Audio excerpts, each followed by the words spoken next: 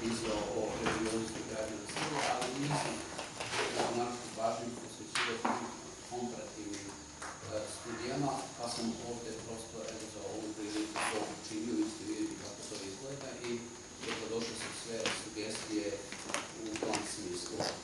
Znači, kada govorimo o religioznosti ljudi u Srbiji i u evropskim religijskim i konfesionalnim prostorima, svakako su nezaobilazna prethodna pitanja koja tematizuju pojam religije i religioznosti, zatim pojam konvencionalne i nekonvencionalne religioznosti, procese sekularizacije i desekularizacije, pojam socioloških i uopšte indikatora ili pokazatelja konvencionalne religioznosti, zatim pojam i problem statistike u naučnom proučavanju religije.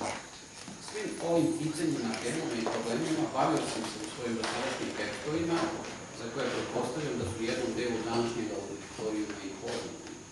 Ovo naglašavam zbog toga što čak i u naznakama danas nema vremena i prostora da se tome posveti pažnja, a koliko je takva predradnja važna za današnju temu, mislim da ne treba nešto posebno govoriti.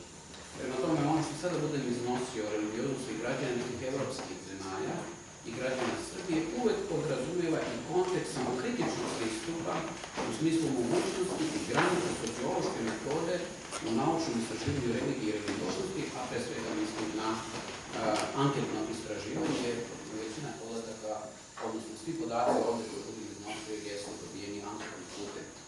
Prvo, hoću da na ovom skupu ostavim više vremena našim kolegama iz Rusije, zato što su njihova tematizovanja navedenih problema našem čitaocu manje poznata i dostupno domaćih i evropskih rezultata proučavanja savremenog religijskog fenomena. Dakle, postavljam pitanje religiozna Evropa danas. Za evropski istorijski kontekst složenog i bujnog odnosa religije i šire društva dobro istaći nekoliko poznatih činjenica važnih za savremenu duhovnu i religijsku situaciju u ovim evropskim državama i Evropi kao celini. Najpre, evropska istorija je neraskidivo, kao što znate, povezana sa hrišćanstvom, specifičnom i nejednoznačnom vezom religije i države i određenim shvatanjem religije i crkve kao javnih ustanova. Potom treba istaći da, iako je hrišćanska religija u Evropi univerzalizacijom vere stvarala zajedničke, homogene vrednosti, hrišćanska Evropa nije konfesionalno monolitna, pa to što su se uspostavile tri hrišćanske tradicije, odnosno tri hrišćanske crkve, mora da ima, ako ne samostalno i određujući, onda ipak određeni značaj za današnju religijsku situaciju u ovim zemljama. Te najzad treba istaći činjenicu da se zemlje današnje Evrope brzo menjaju, naročito u posljednjih 20 godina, od pada komunizma u Evropi do snažnih evropskih integrativnih procesa i problema sa evropskim integrativnim procesima posljednjih godina, a u koje ulaze i neke postkomunističke zemlje. Istina, religijska situacija u tim zemljama, naročito onim koje su još uvijek na čekanju ispod vrata Evropske unije, neće biti predmet ove analize, sem u srpskom, znači sem Srbije. U ovom tekstu nas prevashodno interesuje religijska situacija u takozvanoj zapadnoj Evropi i u Srbiji. I tu Evropu treba posmatrati diferencirano. Istorijsko nasleđe, dominantnost jedne ili šarolikost konfesija, odnos religije i crkava prema državi nisu identični. Religijska situacija u evropskim zemljama nije jednoznačna, pa ju je pogrešno prosuđivati istomerno. Sa druge strane, prethodne istraživanje instituciju da je neke opšte zaključke ipak kako tako moguće izvesti o procesu sekularizacije u njima s obzirom na konfesionalni sastav tih zemalja. Tako je Grace Davy, poznata sociološkinja religije, u jednoj svojoj knjizi, analizirajući profila religije u savremenoj Evropi na osnovu rezultata evropskog istraživanja vrednosti i sada možda već daleke 1990. godine, evropske zemlje uslovno naravno podelila na katoličke, u koje je uvrstila Belgiju, Francusku, Irsku, Italiju, Portugaliju i Španiju, zatim na konfesionalno mešovite zemlje, u koje ulaze Velika Britanija, Holandija, Severna Irska i zapadna Nemačka, danas Nemačka, i luteranske zemlje, kao što su Danska, Finska, Island, Norveška i Švedska. U tom kontekstu je posmatrala dva važna indikatora konvencionalne religioznosti, učestalost odlazaka u crkvu i stepen religijskih verovanja, proveravajući preko verovanja u Boga, zatim u dušu, zagrobni život, uskrsnuće mrtvih itd. Prema pokazateljima učestvovanja u obližnim radnjama u religijskoj institucionalnoj pripadnosti, Davis zaključuje da rezultati ovog istraživanja iz 1990. godine pokazuju neporeciv stepen sekularizacije u celoj zapadnoj Evropi i to ilustruje, ja ilustrujem jednim primjerom. Na anketno pitanje o svojoj veri jedna nemačka učenica je odgovorila: ja religiozna, ne, ja sam normalna. Ovakva konstatacija čini mi se da sama po sebi govori o tome koliko je danas Evropa sekularizovana. Naravno, ne generalno. Sa druge strane, sociološki pokazatelji koji su manje vezani uz institucijski okvir, kao što su, na primjer, moralno uverenje ljudi, kao jedan od aspekata religijskog života, ipak pokazuju znatnu istrajnost. Ovakvi ambivalentni rezultati prema tome nalažu oprez u generalizovanju dijagnoze religijske situacije u savremenoj Evropi kao jasno i do kraja sekularizovane sredine. Ako savremenu religijsku situaciju procenjujemo ne samo preko etabliranih religija, nego i preko takozvane subjektivne, institucionalno neisposredovane religioznosti, pa ako u razmatranje te situacije uključimo i neetablirane religije, nove religiozne pokrete, mistiku i ezoteriku i tome slično, razne fundamentalističke pokrete, uspon islama u samoj Evropi, onda sigurno danas ne treba reći da je Evropa duboko sekularizovana. Danas je u Evropi religijska slika sveta raznovrsnija nego ranije, samim tim je i religijsko-duhovna ponuda raznolikija, a izvan crkveni oblici vere su sve prisutniji. Kao naličje takve Evrope, hrišćanska ortodoksalnost više nije tako ni individualno, pa ni društveno važna. Dolazi do pada ugleda crkve i crkvene prakse, i to deklarisanih vernika. Hrišćanska Evropa je dakle ne crkvena. U toj Evropi naročito su luteranske zemlje sa izraženom slabom posvećenošću crkve. U Danskoj jednom mesečno ili češće, prema podacima 90. godinu, u crkvu ulazi 13% stanovništva ili ispitanika. Na Islandu 9%, u Norveškoj i Švedskoj po 10% itd. Iz istog istraživanja saznajemo da sa ovim pokazateljem religioznosti daleko bolje stoje katoličke zemlje te 90. godine, kao što su Irska, 81%, i to u intenzitetu od najmanje jednom nedeljno pređe prag crkve. U Italiji 41%, po trećina u Portugaliji i Španiji. I konfesionalno mešovite zemlje prema ovom indikatoru pre naginju katoličkim nego luteranskim. Ipak i tu ima izuzetaka koji se ponajmanje mogu objasniti, koji se zapravo ponajpre mogu objasniti istorijskim razlozima. U Francuskoj, na primjer, samo 10% stanovništva redovno nedeljno posećuje crkvu, u Belgiji 23%, u Britaniji 13%, ali u Severnoj Irskoj kao mešovito konfesionalnoj zemlji čak 49%. Dakle, govorimo o malo starijim rezultatima, ali ću govoriti o svežim komparaciji. Međutim, hrišćanstvo danas u Evropi ipak nije neživotna, bleda slika u ljudskoj svesti. Još uvek su hrišćanska verovanja sastavni deo ljudskih vrednosti i identiteta pojedinaca.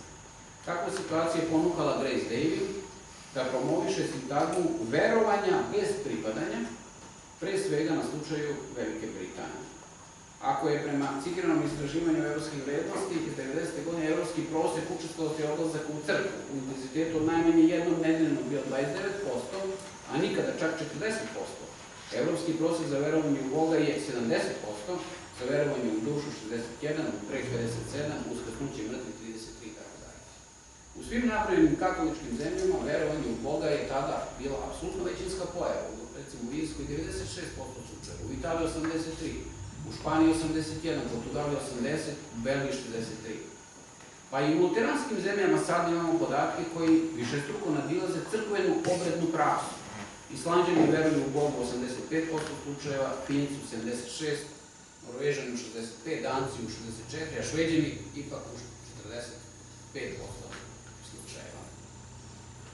Do sličnih zaključaka se dolazi i ako se konstatuju rezultati svetskog istraživanja vrednosti, koje je u periodu od 1999. do 2001. godine obuhvatilo sve zemlje kontinenta i evropskog istraživanja vrednosti iz 2008. godine koje je obuhvatilo normalno zemlje Evrope.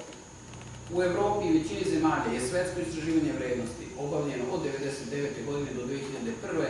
zato što je recimo u Finskoj obavljeno 2000. u Bosni i Hercegovini 2001. u Turskoj 2001. ali svejedno kažemo da je to između 1999. i 2001. Ako se opet poslužimo podelom zemalja u Evropi na katoličke, konfesionalne, mešovite i luteranske, onda ćemo konvencionalnu religijoznost u njima predstaviti u narednim tabelama koristeći indikatore. Religijsku samodeklaraciju, verovanje u Boga i posjećivanje crkve. Sad možemo, tabela 1, ili tako, religijska samoidentifikacija u Evropi 1999-2001, to je jedno istraživanje, i 2008. godine, to je evropsko istraživanje vrednosti. Možda se baš najbolje ne vidi, ali belim brojevima su obeležena starije istraživanja iz 1999. a 10 ili 10 godina kasnije crvenim brojevima su obeleženi rezultati istraživanja iz 2008. godine. To se ne vidi uopšte. Ne vidi se uopšte, ali imam jednu tabelu koja je sažetija i to će se vidjeti. Sada ću vam ja nešto reći o tome. Sve to ugasi. Ajde,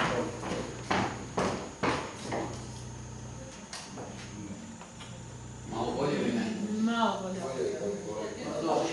Kod lekara. Pa ne mogu baš sve to ne stotine pedasak, ali ću vam reći zaključke svoje.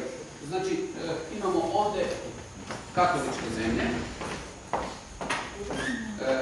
Sekularizacija, dakle, nije tako čvrsta kada smo nastavimo osnovnog hrišćanskog verovanja u Boga, ali to ćemo kasnije, su ovde katoličke zemlje u pitanju, ovako ćemo.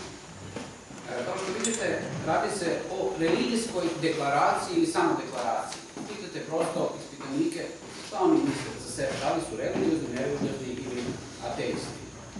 I evo šta možemo da kažemo za 1999. 2000. i 2008. godinu, a možemo da kažemo da je religijska samodeklaracija iznad proseka u katoličkim zemljama, svakako u Portugaliji, u Italiji, u Irskoj, zatim ide Španija, Belgija i Francuska. Čini se da se to može reći i za istraživanja 1999. i za istraživanja iz 2008. godine, ali kad pravimo komparaciju, mogli bismo da kažemo da ova istraživanja svežija, znači 9-10 godina posle, da su sva sa nižim procentima od onih istraživanja iz 1999. godine. Evo, pogledajte, Belgija 67, sada 57. Zatim Francuska, ranije 46, sada 42. Irska 73, 65. Italija, možemo reći isto. 85, 8, 85, 1, to je isto. A Portugalija manje, 88, 81 i Španija takođe manje, 63, 54. Prema tome, i po ovom indikatoru možemo da kažemo da je došlo do pada ili spremnosti ljudi da se izjasni kao religiozne osobe i to u svim katoličkim zemljama. Iako su zaključci za 90. godinu bili da ako se hrišćanstvo drži u Evropi, onda se drži najviše upravo u tim katoličkim zemljama. Sada mešovite zemlje, tako imamo mešovite zemlje, tu nam je Velika Britanija, Holandija, Severna Irska, Zapadna Nemačka, odnosno Nemačka. I sada tu zapravo vidimo bitnu razliku kad govorimo o religijskoj samoidentifikaciji. Više nemamo posla sa procentima 85, 88 i tako dalje, nego imamo između 40 i 60% u mešovitim zemljama. Dakle, u tom smislu su prilično isto religiozni, pa ste ovo po znacima navoda, isto religiozni u Holandiji, u Severnoj Irskoj i u Nemačkoj, po rezultatima iz 1999. godine, a tu malo štrči Velika Britanija, koja ima negdje oko 41% religijske samodeklaracije.